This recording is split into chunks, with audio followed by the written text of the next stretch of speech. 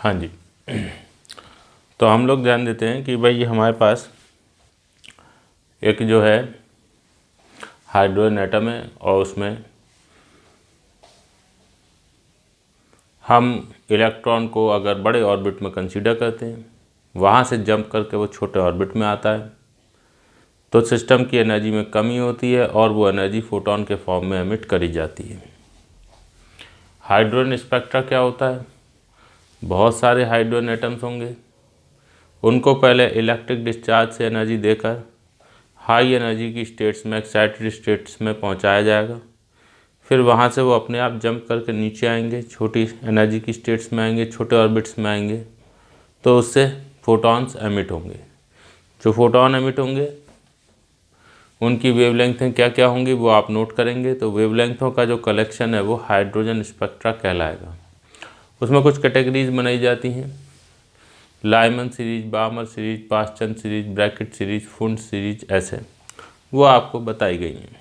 ठीक, हम लोग यहाँ पर अगर लाइमन सीरीज की बात करते हैं, ठीक, और बामर, पास्चन, ब्रैकेट, फुंड ऐसे की बात करेंगे, तो एनर्जी अगर देखी जाए तो आप ये पाएंगे कि लाइमन सीरीज में जो फोटॉन एमिट होंगे उनकी एनर्जी सबसे बड़ी होंगी, बामर की उससे कम, पास्चन की उससे कम, ब्रैकेट की उससे कम, फुंड की उससे कम। ठीक, एनर्जी लाइमन सीरीज की सबसे बड़ी, बामर की उससे छोटी, अच्छा, पास्चन सीरीज और छोटी, फिर ब्रैकेट सीरीज और लास्ट में फुंड सीरीज। ओके, अगर आप वेवलेंथ की बात करते हैं तो E बराबर hc/λ, एनर्जी जितनी छोटी होगी वेवलेंथ उतनी ही ज़्यादा होगी। तो लाइमन सीरीज के लिए जो वेवलेंथ है वो सबसे कम होगी। इधर आते जाओगे एनर्जी घटती जाएगी, वेवलेंथ बढ़ती चली जाएगी। ओके, अब हम अगर ये जो अभी ऑर्डर बताए हैं ये तो पूरी सीरीज के लिए बताए हैं, ठीक। तो किसी एक सीरीज के अंदर देखें, जैसे लाइमन सीरीज की बात करें तो लाइमन सीरीज में कोई एक फोटोन तो निकलेगा नहीं, बहुत सारे 2 से 1, 3 से 1, 4 से 1, 5 से 1 ऐसे। तो हम क्या करते हैं, किसी एक पर्टिकुलर सीरीज है और ये N1 और N1+1, N1+2 ऐसा करते जाइए से लेकर इन्फिनिटी, सही है। N2 की वैल्यू N1+1 से इन्फिनिटी, ठीक। अगर ये N1 1 होगा तो लाइमन सीरीज, तो अब इसमें क्या है, ऊपर से किसी और यहाँ से यहाँ आइए, ठीक। अच्छा, अगर N1 1 है तो लाइमन सीरीज है ये, क्योंकि ये अगर 1 है तो ये हो गया 2, ये हो गया 3, तो 2 से 1, 3 से 1, 4 से 1, 5 से 1, 6 से 1 ऐसे खूब सारे ये बनेंगे ट्रांजिशन। और इन सभी ट्रांजिशन जो है, इन सभी जो ट्रांजिशन है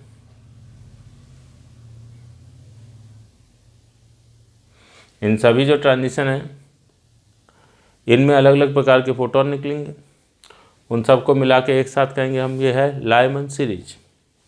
अगर हम N1 को 2 ले लें, ये क्या हो जाएगा 3, 4, 5, 6, तो 4 से 2, 5, 3 से 2, 4 से 2, 5 से 2, 6 से 2, इन्फिनिटी 2, ये सब क्या है, बामर सीरीज। ये 3 ले लो, ये 4, 5, 6 ऐसे लेते चला, ये क्या हो जाएगा पास्चन सीरीज। ऐसे करके आप यहाँ पर दिखा सकते हैं अलग अलग सीरीज को। चलो खैर, तो कुल मिलाकर ये कोई भी सीरीज हो सकती है, चाहे लाइमन, चाहे बामर, पास्चन, ब्रैकेट, फुंड सीरीज। अब क्या हुआ, जब आप यहाँ से यहाँ आओगे N1+1 से N1 तक, तो ये जो आपका फोटोन निकलेगा ये कहलाएगा, ये लाइमन सीरीज की या जो भी सीरीज है उसकी पहली लाइन है। ये वाला जो है ये कहलाएगा इस सीरीज की दूसरी लाइन,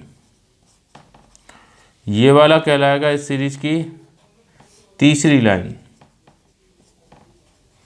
ये कहलाएगा चौथी लाइन, और ये जो लास्ट वाला है ना इन्फिनिटी से यहाँ वाला, ये कहलाएगा लाइन इस सीरीज की सीरीज लिमिट। अच्छा, जैसे आप एग्जाम्पल के तौर पे अगर लाइमन सीरीज लेते हो तो लाइमन सीरीज में किसी हाई लेवल से 1 पे जंप करते हैं, 2 से 1, 3 से 1, 4 से 1, 5 से 1 से लेकर इन्फिनिटी से 1, तो इसमें n1 होता है 1 और n2 की वैल्यू 2 से इन्फिनिटी तक जाती है। तो 2 से 1 ये कहलाएगी first line of Lyman series, ऐसे पूरा बोलेंगे, first line of Lyman series. 3 से 1 ये कहलाएगी second line of Lyman series. 4 से 1 ये कहलाएगी third line of Lyman series. 5 से 1 ये कहलाएगी फोर्थ लाइन। ऐसे करते करते इन्फिनिटी से 1 जब आओगे तो इन्फिनिटी से 1 कहलाएगी series limit of Lyman series. अच्छा, तो ऐसे करके आप किसी सीरीज के अंदर पहली लाइन, दूसरी लाइन, तीसरी लाइन, चौथी लाइन, पांचवी लाइन, इनकी बात कर सकते हैं। ये तो इन जनरल आपको बता दिया गया कि भाई आप किसी पर्टिकुलर सीरीज की बात कर रहे हो तो उसमें पहली, दूसरी, तीसरी, चौथी, पांचवी, ऐसे सिर्फ लाइमन सीरीज की बात करेंगे तो लाइमन सीरीज का मतलब इसमें ये डायग्राम आप बना सकते हैं। इसमें n1 क्या ले लीजिएगा 1, ये 2, 3, 4 से लेकर इन्फिनिटी, तो ये क्या हो जाएगी, ये लाइमन सीरीज की पहली लाइन, ये लाइमन सीरीज की दूसरी लाइन, लाइमन सीरीज तीसरी लाइन, लाइमन सीरीज की चौथी लाइन और ये लाइमन सीरीज की सीरीज लिमिट। अच्छा, मैंने खैर इसको n1, n1 + 1, n1 + 2, n1 + 3 ऐसे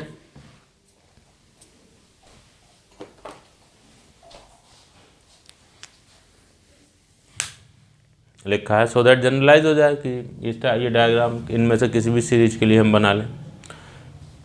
स्पेसिफिक लाइमन सीरीज के लिए ये लिख लीजिए।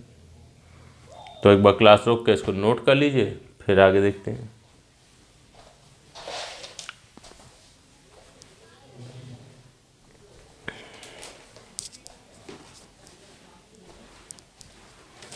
हाँ जी, अब हम अगर किसी पर्टिकुलर सीरीज के अंदर देखते हैं तो जो पहली लाइन होती है उसमें एनर्जी डिफरेंस सबसे कम होता है, तो इसमें जो फोटोन निकलेगा सबसे छोटी एनर्जी का निकलेगा।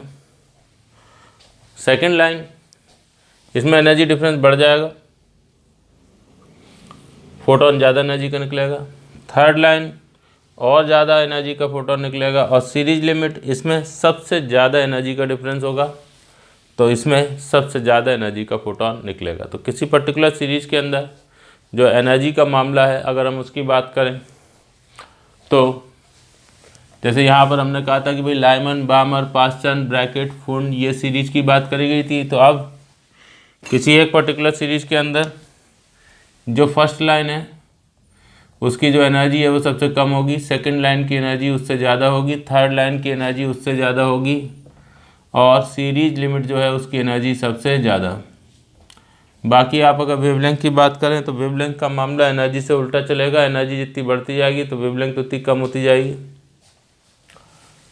तो पहली लाइन की वेवलेंथ, दूसरी लाइन के लिए वेवलेंथ, तीसरी लाइन के लिए वेवलेंथ और कम और सीरीज लिमिट के लिए वेवलेंथ सबसे ज़्यादा।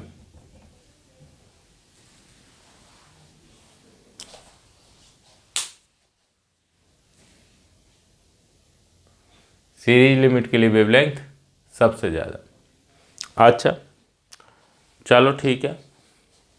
तो हमने कहा भी ऐसा है, ये हमारे पास इस टाइप से किसी पर्टिकुलर सीरीज के अंदर की बात हो गई।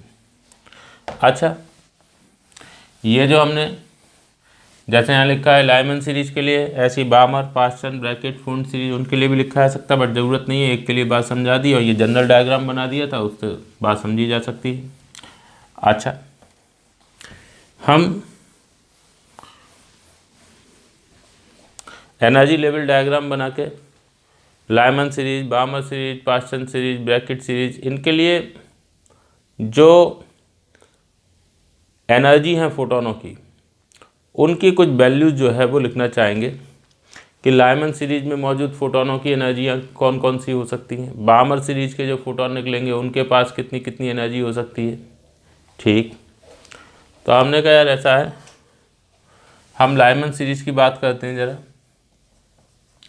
और लाइमन सीरीज में ये हमने एनर्जी लेवल डायग्राम दिखाया, ये है 1, ठीक, ये लेवल 2, इधर लिख देता हूँ नाम, 1 2 3 4 से लेकर इन्फिनिटी। सही है। अब एनर्जी पे आ जाइए। वैसे तो एनर्जी होती है माइनस का 13.6 Z²/n² इलेक्ट्रॉन वोल्ट। अब इसमें क्या है कि हम चूंकि हाइड्रोजन स्पेक्ट्रा की बात कर रहे हैं, तो हाइड्रोजन स्पेक्ट्रा की बात होगी तो हाइड्रोजन के लिए जेड क्या होता है 1, तो एनर्जी हो जाएगी माइनस का 13.6/n² इलेक्ट्रॉन वोल्ट। ठीक, तो एन की वैल्यू रखते चले जाओ, यहाँ एनर्जी हो जाएगी minus 13.6 EV, minus 3.4 EV, minus 1.51 EV, minus 0.85 EV और माइनस 0.55 EV, ये, और E बराबर इन्फिनिटी पे एनर्जी 0। ओके, अब यहाँ पर ये 2 से 1 ये फर्स्ट लाइन हो जाएगी, 3 से 1 सेकेंड लाइन हो जाएगी, 4 से 1 थर्ड लाइन हो जाएगी, इन्फिनिटी से 1 क्या हो जाएगी सीरीज लिमिट। यस, तो हम इनकी एनर्जी लिखना पसंद करेंगे।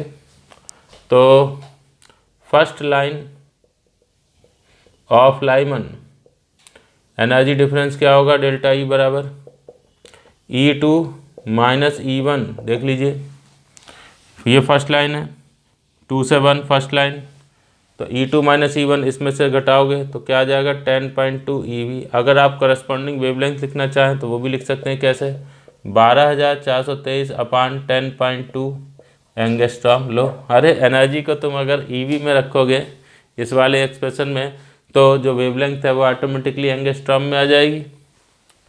हाँ सही है, ये तो हम जानते हैं, ये हमने पहले भी किया, क्या वो 1218 एंगस्ट्रॉम के लगभग। खैर हमें मतलब नहीं है अभी, तो बस मैं देख रहा हूँ कि हाँ ऐसे काम कर सकते हैं। सेकंड लाइन ऑफ लाइमन, अच्छा तो उसमें जो एनर्जी डिफरेंस है वो हो जाएगा E3 माइनस E1। E3 ये रहा, E1 ये रहा, इसमें से घटाओगे 12.09 EV। लैम्डा क्या होगा वेवलेंथ 12,423/12.09 एंगस्ट्रॉम में आ गया। फिर सीरीज लिमिट आ जाओ, सीरीज लिमिट, ये सेकंड लाइन ऑफ लाइमन।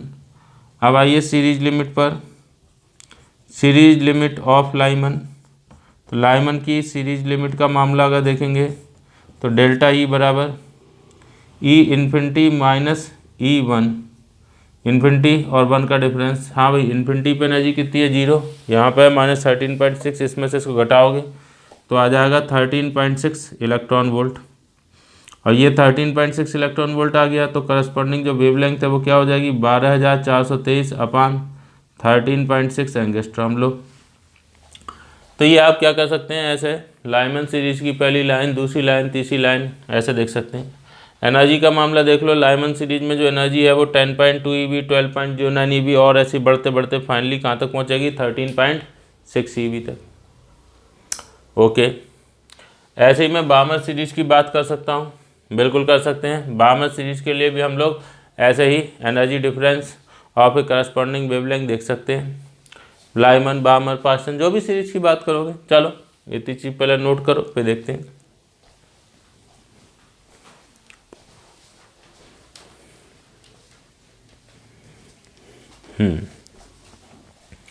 अच्छा, तो हमने यहाँ पर बात बताई कि यार लाइमन सीरीज जो है उसमें जो हमको फोटोन मिलेंगे उनकी एनर्जी 10.2 EV से 13.6 EV के बीच में मिलेगी। सही है, ये लाइमन सीरीज की बात हो गई। ऐसी बामर सीरीज की बात कर लो, बिल्कुल। बामर सीरीज में क्या होता है, किसी हाई लेवल से डायरेक्ट n = 2 पे जंप करते हैं, तो जो फोटोन निकलेगा वो कहलाएगा कि भाई ये बामर सीरीज का रेडिएशन है। ठीक, तो आप ऐसे दिखाते हो कि भाई बामर सीरीज में ये n बराबर 1, ये n बराबर 2, 3, 4, 5 से लेकर इन्फिनिटी।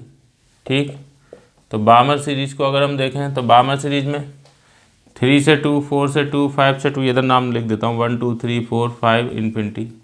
इधर एनर्जी लिख देंगे -13.6 EV, -3.4 EV, -1.51 EV, -0.85 EV, -0.55 EV और 0। तो आप आओगे 3 से 2, 4 से 2, 5 से 2 से लेकर इन्फिनिटी से 2। तो बामर में अगर आप एनर्जी डिफरेंस की बात करोगे तो बामर सीरीज में एनर्जी डिफरेंस जो है वो आपका देखिए यहाँ से शुरुआत होगा इससे इसका, ये यहाँ से पहली लाइन होगी, इसका जो डिफरेंस है वो हो जाएगा 1.89 EV और यहाँ से चलते चलते ये जाएगा सीरीज लिमिट में 0 से -3.4, इसका डिफरेंस हो जाएगा 3.4 EV। ऐसे देख लीजिए लायमन सीरीज में एनर्जी डिफरेंस क्या थे बड़े, बामर सीरीज में एनर्जी डिफरेंस क्या है छोटे। अभी पास्टन सीरीज पे आ जाओगे तो और छोटे हो जाएंगे। पास्टन में अब मैंने लिखता पास्टन अलग से नहीं बनाता हूँ मैं, यहीं से दिख जाएगा। पास्टन का मतलब होता है इधर से इधर आना।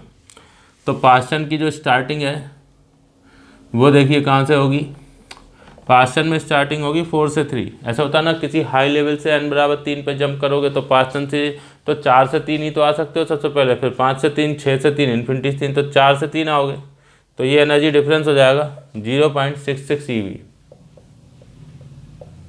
और बढ़ते बढ़ते मैक्सिमम भाई 0 से ये इन्फिनिटी से 3 आओगे तो ये डिफरेंस 1.51 EV। देख लीजिए जैसे जैसे आप ये सीरीज और आगे बढ़ाते चले जाओगे तो जो एनर्जी है वो कम होती चली जाएगी। और किसी एक सीरीज के अंदर देखोगे तो ये जो है ये फर्स्ट लाइन है और इधर क्या है सीरीज लिमिट। ठीक है, ऐसी ब्रैकेट सीरीज, फुंड सीरीज सबके लिए आप लिख सकते हैं।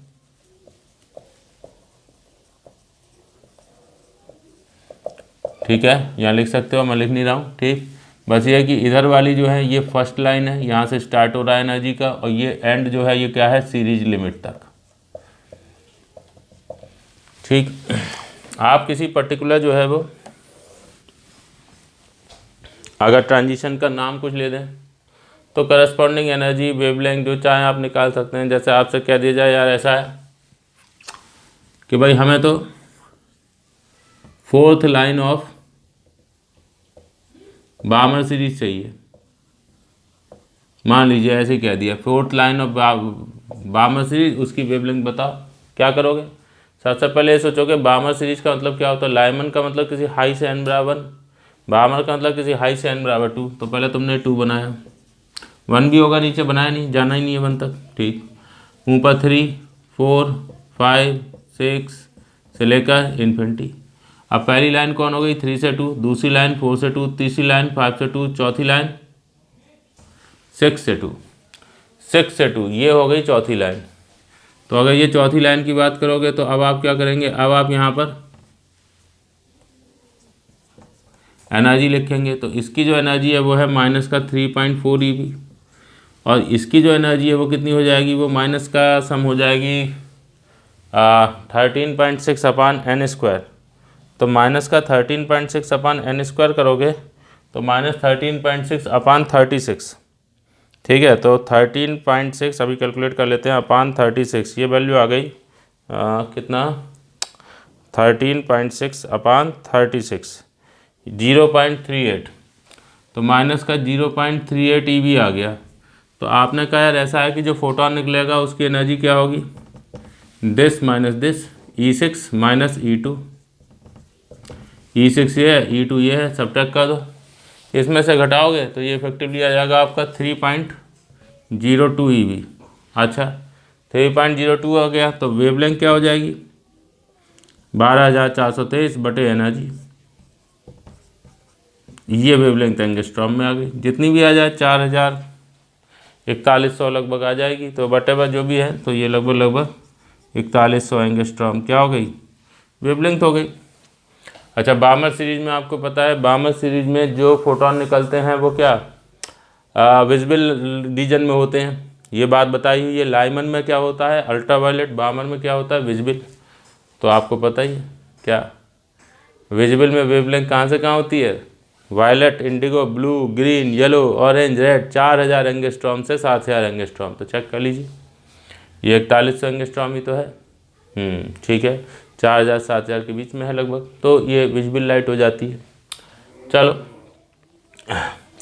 तो हमने कहा भी ऐसा है, ये इस टाइप से हम काम कर सकते हैं। और कोई पर्टिकुलर जो है वो अगर हमसे कहा जाए कि भाई कोई पर्टिकुलर लाइन है, उसकी आपको वेवलेंथ बतानी है, एनर्जी बतानी है, तो सिंपल कन्वेंशन है, उसके साथ चलिए और आंसर निकाल लीजिए। एक बार क्लास रोक के इसको नोट कर लो, फिर आगे देखते हैं।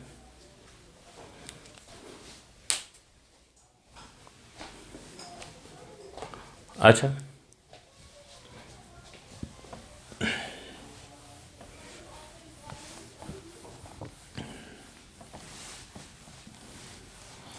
अब हम लोग यहाँ पर ये जो n बराबर इन्फिनिटी के बारे में थोड़ा सा बात करना चाहते हैं कि जैसे n बराबर 1, n बराबर 2 ऐसे प्रिंसिपल क्वांटम नंबर होते हैं, तो क्या है उसके करस्पॉन्डिंग ऑर्बिट बने हुए हैं। n बराबर 1 सबसे छोटा ऑर्बिट, n बराबर 2 उससे बड़ा, n बराबर 3 उससे बड़ा, ऐसे बोर स्टेशनरी ऑर्बिट्स होते हैं जिनमें आपका इलेक्ट्रॉन घूम सकता है। अब ये जो प्रिंसिपल क्वांटम नंबर है इंटीजर होना चाहिए, तो ये 1 2 3 4 5 6 7 8 करते करते खूब बड़ा इन्फिनिटी तक जा सकता है। इन्फिनिटी मतलब वेरी वेरी लार्ज। तो क्या करें, n बराबर इन्फिनिटी का मतलब क्या है वो थोड़ा हम समझना चाहेंगे। बिल्कुल, तो यहाँ पे बात हो रही है meaning of state in which n is infinity. जो प्रिंसिपल क्वांटम नंबर है वो इन्फिनिटी है। चलो देखो, ये चीज़ हमने पढ़ी है, r बराबर r0 into n square upon z, v बराबर v0 into z by n, energy E बराबर माइनस का 13.6 z square by n square, E बराबर होता है माइनस का k, या k बराबर माइनस ई लिख दो, और U बराबर 2e लिख लो। हाँ सही। तो अब इसमें देखो, अगर तुम n को इन्फिनिटी लोगे तो n इन्फिनिटी लोगे तो r क्या हो गया इन्फिनिटी, n इन्फिनिटी रखोगे तो v क्या हो गया 0, E क्या हो गया 0, काइनेटिक एनर्जी क्या हो गई 0, पोटेंशियल एनर्जी क्या हो गई 0। n बराबर इन्फिनिटी का ये मतलब है। अब ध्यान दीजिए, इस पे ध्यान देते हैं। n बराबर इन्फिनिटी का आमतौर पर लोग जो मतलब निकालते हैं वो निकालते हैं r बराबर इन्फिनिटी, मतलब इलेक्ट्रॉन जो है वो न्यूक्लियस से इनफाइनाइट दूरी पर है, मतलब बहुत बड़ी दूरी पर है। मैं यहाँ पे आपसे कहता हूँ कि आपको n बराबर इन्फिनिटी की कहीं डिस्कशन करना होगा, चल रहा होगा, तो आपको दो बातें याद रखनी पड़ेंगी। पहली चीज़, r इन्फिनिटी यानी इलेक्ट्रॉन न्यूक्लियस से बहुत बड़ी दूरी पर है, और दूसरी चीज़ जो आपको याद रखनी है कि इलेक्ट्रॉन रेस्ट पर है। लोग ये भूल जाते हैं। ठीक है, n बराबर इन्फिनिटी का मतलब सीधे r बराबर इन्फिनिटी मान लेते हैं। अब इलेक्ट्रॉन वहाँ कर क्या रहा है, बहुत दूर तो है लेकिन कर क्या रहा है, वहाँ चल रहा है कि रुका हुआ है। अगर इलेक्ट्रॉन n बराबर इन्फिनिटी पर और मूव कर रहा है, मतलब सॉरी, अगर इलेक्ट्रॉन r बराबर इन्फिनिटी यानी न्यूक्लियस से बहुत बड़ी दूरी पर है लेकिन चल रहा है वहाँ पर, तो वो n बराबर इन्फिनिटी वाली स्टेट नहीं है। इनफैक्ट वो बोर के मॉडल को फॉलो ही नहीं कर रहा है, क्योंकि ये तो रिजल्ट बोर के मॉडल के हिसाब से है ना, है ना। तो बोर के मॉडल के हिसाब से तो जगह इलेक्ट्रॉन न्यूक्लियस से बहुत बड़ी दूरी पर चला जाएगा तो उसे मूव नहीं करना है, रुके हुए रहना है। ये बहुत इंपॉर्टेंट बात है। कहीं पे सवाल वगैरह में जब n बराबर इन्फिनिटी वाली स्टेट कंसिडर होती है तो उसको लेकर वर्किंग चल रही होती है, तो आप अगर इसे भूल जाएंगे तो कुछ गड़बड़ कर सकते हैं। ठीक है, तो n बराबर infinity means that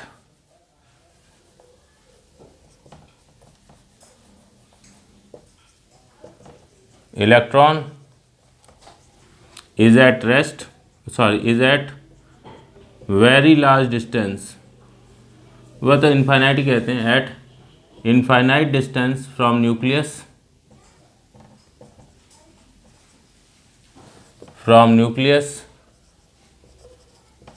and electron is at rest. ये पूरी बात मैंने इसलिए लिखी है क्योंकि अगर मैं यही लिख के छोड़ दूंगा तो फिर वही बात दोबारा देखते हुए बस r बराबर इन्फिनिटी पे ही फोकस होगा, ये v बराबर 0 पे ध्यान नहीं जाएगा। इसीलिए पूरी लाइन में एक्स्ट्रा लिख रहा हूँ, from nucleus and electron is at rest.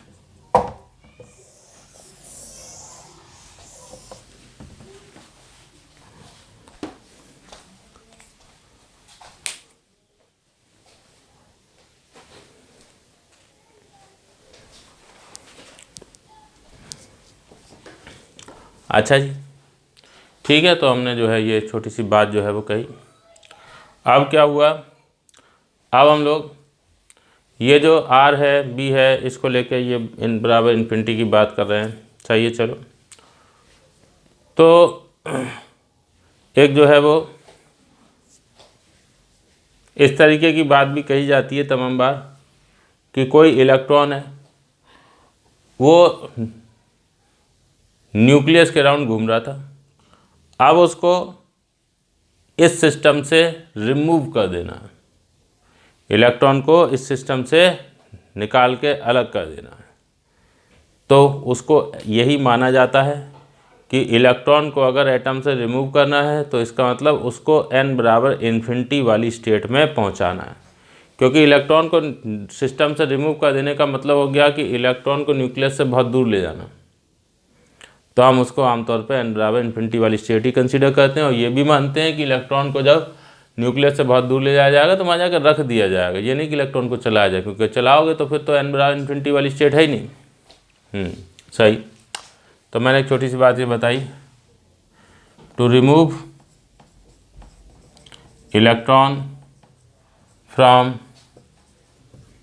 Single electron system, जिस सिंगल इलेक्ट्रॉन सिस्टम की हम बात कर रहे हैं उससे अगर इलेक्ट्रॉन को रिमूव करना है, ठीक है, तो कंसीडर इलेक्ट्रॉन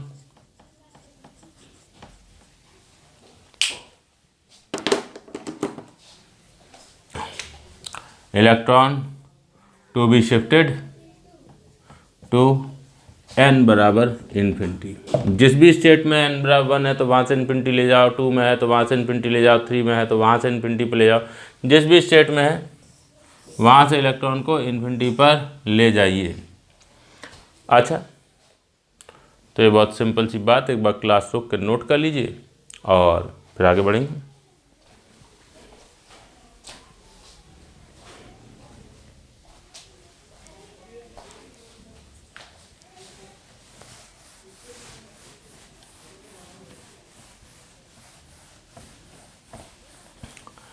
सिंपल कुछ क्वेश्चन लिख सकते हैं।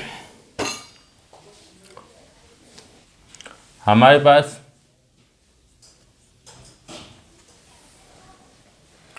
Li++ है और उसमें इलेक्ट्रॉन जो है moving in third excited state. ठीक है, इलेक्ट्रॉन थर्ड एक्साइटेड स्टेट में घूम रहा है।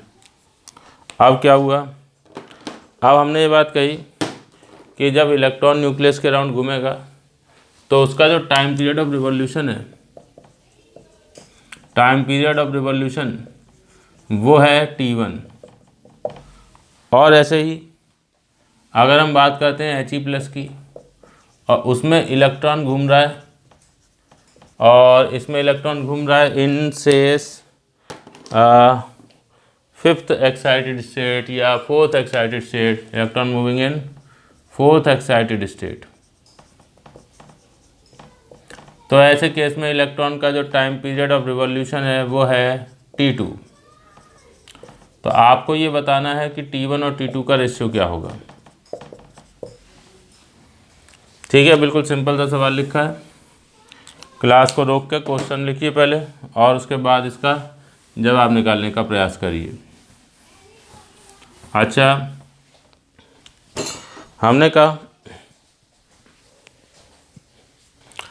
तो हम लोग यहाँ पर ध्यान देते हैं, बहुत ही सिंपल सवाल है।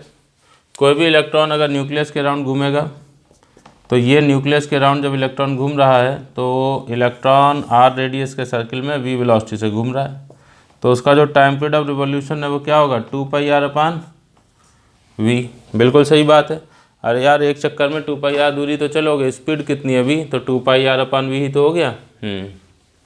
हमने कहा ये वाला केस देखिए, Li++ वाला, Li++ वाला केस जो है तो उसमें या इन जनरल पहले बात कर लो कि भाई अगर इलेक्ट्रॉन न्यूक्लियस के अराउंड घूमता है तो r बराबर होता है r0 × n² और v बराबर होता है v0 × z/n। सही। तो time period of revolution 2πr/v। तो टी बराबर 2πr0 into n square upon z, और वी के लिए v0 into z upon N. तो ये आ गया 2πr0 upon v0 into n cube upon z का स्क्वायर। लो भाई, अब आप पहले वाले केस की अगर बात करते हैं Li++ की, तो उसमें जो टाइम पीरियड है वो क्या लिखोगे, 2πr0 upon v0 into n cube upon z square. N कितना है, देखो इधर इलेक्ट्रॉन तीसरी एक्साइटेड स्टेट में घूम रहा है, तो ग्राउंड स्टेट का मतलब होता है n बराबर 1, फर्स्ट एक्साइटेड स्टेट मतलब n बराबर 2, सेकेंड एक्साइटेड स्टेट मतलब n बराबर 3, थर्ड एक्साइटेड स्टेट मतलब n बराबर 4। यहाँ पर हमारा है मामला थर्ड एक्साइटेड स्टेट का, तो यहाँ n बराबर होगा 4। और z, अरे Li++ है तो Li++ के भाई H के लिए z बराबर 1, He+ के लिए z बराबर 2, Li++ के लिए z बराबर 3, तो 4 का क्यूब अपान 3 का स्क्वायर। चलो T2 पे आ जाओ, 2πr0 अपान v0 और n का क्यूब अपान z का स्क्वायर। देखिए यहाँ पर He+ की अब बात हो रही है fourth excited state. Ground state n बराबर 1, फर्स्ट एक्साइटेड स्टेट n बराबर 2, सेकेंड एक्साइटेड स्टेट n बराबर 3, थर्ड एक्साइटेड स्टेट n बराबर 4, फोर्थ एक्साइटेड स्टेट n बराबर 5। मतलब जितनी भी एक्साइटेड स्टेट बोली जाएगी n उससे एक ज़्यादा होगा। फोर्थ एक्साइटेड स्टेट का मतलब n बराबर 5। अगर बोलते हैं 20वीं एक्साइटेड स्टेट तो फिर n बराबर क्या होता है, 21। अच्छा, तो चलो खैर फोर्थ एक्साइटेड स्टेट है, n बराबर 5। और z, यार ये है He+, He+ के लिए z बराबर होता है 2। अब चाहिए हमको T1 और T2, तो T1 अपान T2 करोगे 2πr0 अपान v0 तो कट जाएगा, बचेगा क्या, 4 का क्यूब अपान 3 का स्क्वायर, ओके, और नीचे 5 का क्यूब अपान ये 2 का क्यूब। ये वैसे नीचे होता ना तो ये नीचे वाली चीज़ ऊपर चली जाएगी। चलो 4 का क्यूब हो गया 64, 2 का क्यूब हो गया 8, डिवाइड बाई 3 का स्क्वायर 9, 5 का स्क्वायर क्यूब 125। लो जी, ये जवाब आ गया। अब चाहो तो इसको मल्टीप्लाई करने में 512 आ जाएगा कि 1125 आ जाएगा। 512 अपान 1125, ये हमारा आंसर हो गया।